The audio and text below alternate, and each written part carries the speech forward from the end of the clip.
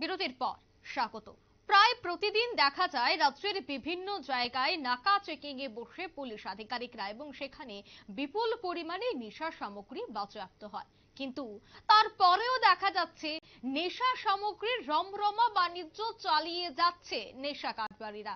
আর সেখানেই মূল প্রশ্ন, গতকাল দেখা গেছে আগরতলা পশ্চিম থানার পুলিশ ভেহিকল চেকিং এর সময় সন্দেহভাজন দুই যুবককে আটক করে এবং একজনের নাম হৃদয় মিয়া এবং অপরজনের নাম বারিক মিয়া। তাদের কাছ থেকে জানা যায় 11 কেজি শুকনো গাঁজা উদ্ধার করা গেছে, যার বাজার মূল্য আনুমানিক 70 থেকে 80 হাজার টাকা হবে বলে জানান। আগামীকাল তাদের অর্থাৎ আজ তাদেরকে কোর্টে তোলা হবে বলে এই মুহূর্তে জানাচ্ছেন পশ্চিম থানার ওসি পরিতোষ দাস।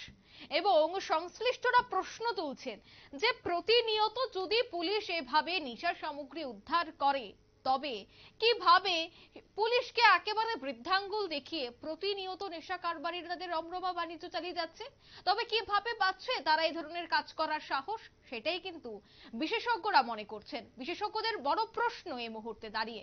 যাই হোক, এই বিষয়ে পশ্চিম থানার ওসি পরিতোষ দাস কি বলছেন শোনাবো। প্রত্যেক দিনের মতো আজকে আমাদের স্পেশাল ভেহিকেল চেকিং ছিল। স্পেশাল ভেহিকেল চেকিং এর সময় একটা বাইক, পালসার বাইক TR07G 5370 বাইকটাকে আমরা আটক করি।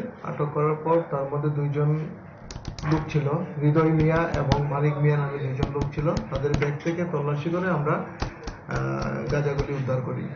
অনুমান 10-11 কেজি হবে গাঁজা আমরা উদ্ধার করি এবং বাজার মূল্য হবে 70 থেকে 80 হাজার টাকার মতো।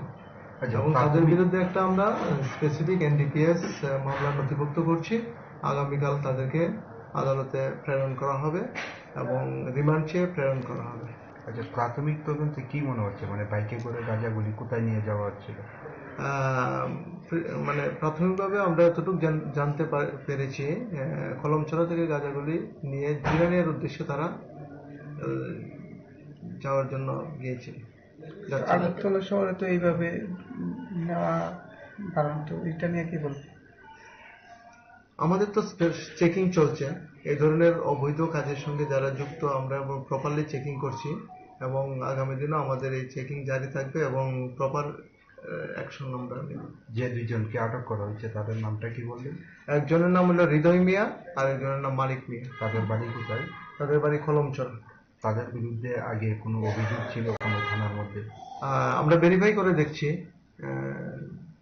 করে দেখছি থানাগুলির সঙ্গে, কনসার্ন পুলিশ স্টেশনের সঙ্গে আমরা যোগাযোগ করছি। যদি থাকে তাহলে কিছু তাদেরকে ইনভলভ করা হবে। আনুমানিক বাজার মূল্য কত হবে? 70 থেকে 80 হাজার টাকার মতো হবে। Thank you. আপনারা শুনলেন পশ্চিম থানার ওসির বক্তব্য। তিনি বলছেন ইতিমধ্যে তারা গোটা বিষয়টি ইনভেস্টিগেশন করছেন।